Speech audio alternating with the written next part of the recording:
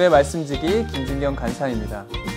에스겔에서 하면 뭔가 어렵고 손대기 힘든 그런 성경 본문으로 인식이 많이 되는 것 같습니다. 그 이유 중 하나가 아마 이해하기 어려운 상징적인 표현들 때문일 텐데요. 오늘 본문에도 이해하기 어려운 상징적인 행동을 하나님이 에스겔에게 명령하십니다. 그럼 오늘 저와 함께 그 상징적인 행동이 어떠한 의미를 담고 있는지 차근차근 살펴보겠습니다.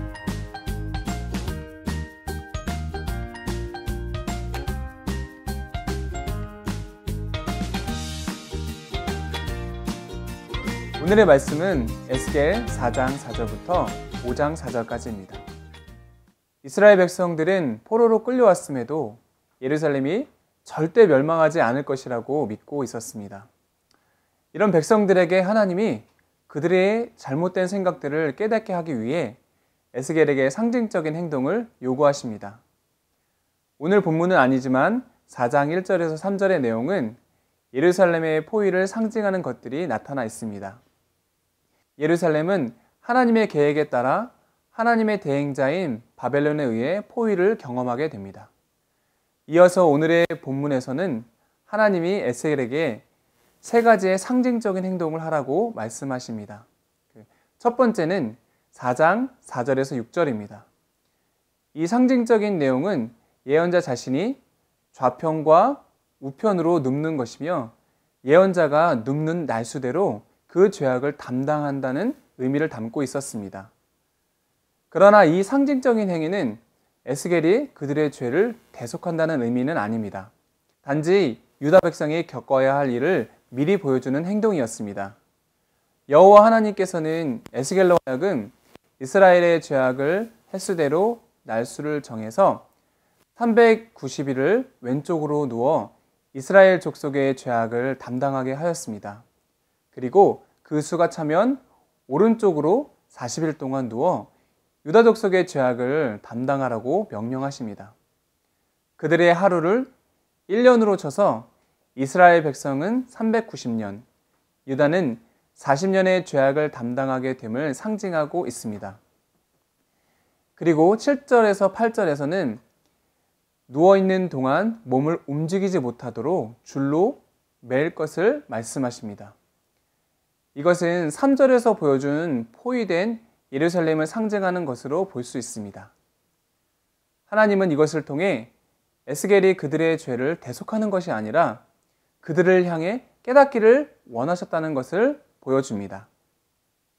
두 번째 상징 행동은 9절에서 17절입니다.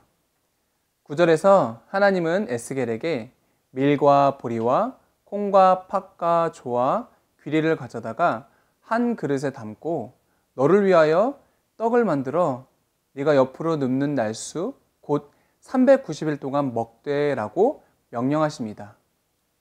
이것은 남은 곡식을 모두 모아 음식을 해야 하는 절박한 상황을 보여주는 것으로 여겨집니다.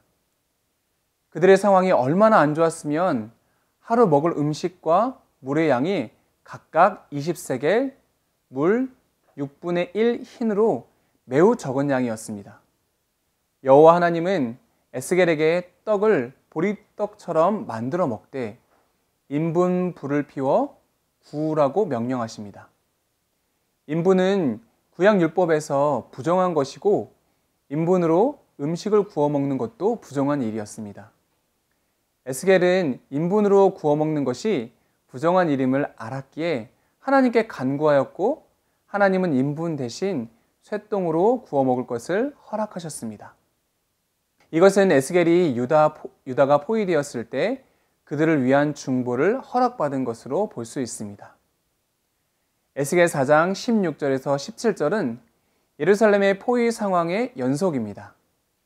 하나님이 예루살렘의 식량 공급을 끊을 것이라고 말씀하십니다. 백성들은 두려움과 걱정 속에서 음식의 무게를 달아 먹어야 하며 물의 양을 재어가며 마셔야 할 지경이 될 것이고 결국에는 완전히 고갈되고 말 것이라고 말씀하십니다. 이것은 하나님의 뜻하신 바이고 그것은 모두 그들의 죄악으로 인한 것이었습니다. 마지막으로 세 번째 상징 행위는 5장 1절에서 4절입니다.